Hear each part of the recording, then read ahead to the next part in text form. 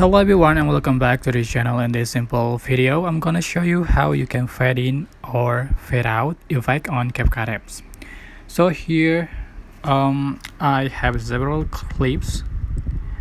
So this is one video that I cut into several parts, and to create a fade in or out effect you can use the transition effect. So for example, just click on the transition icon between the clip, and then you can select black fade and adjust for the duration of the animation of the transition, and then you can apply to all the clips. Just click on it and click check marks. Alright, so you can see for the result, just click the play button.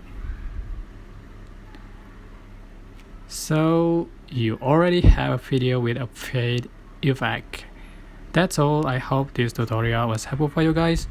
Don't forget to like, comment, share, and also subscribe to this channel. If you have any question, please leave in the comment section down below. Thank you so much for watching.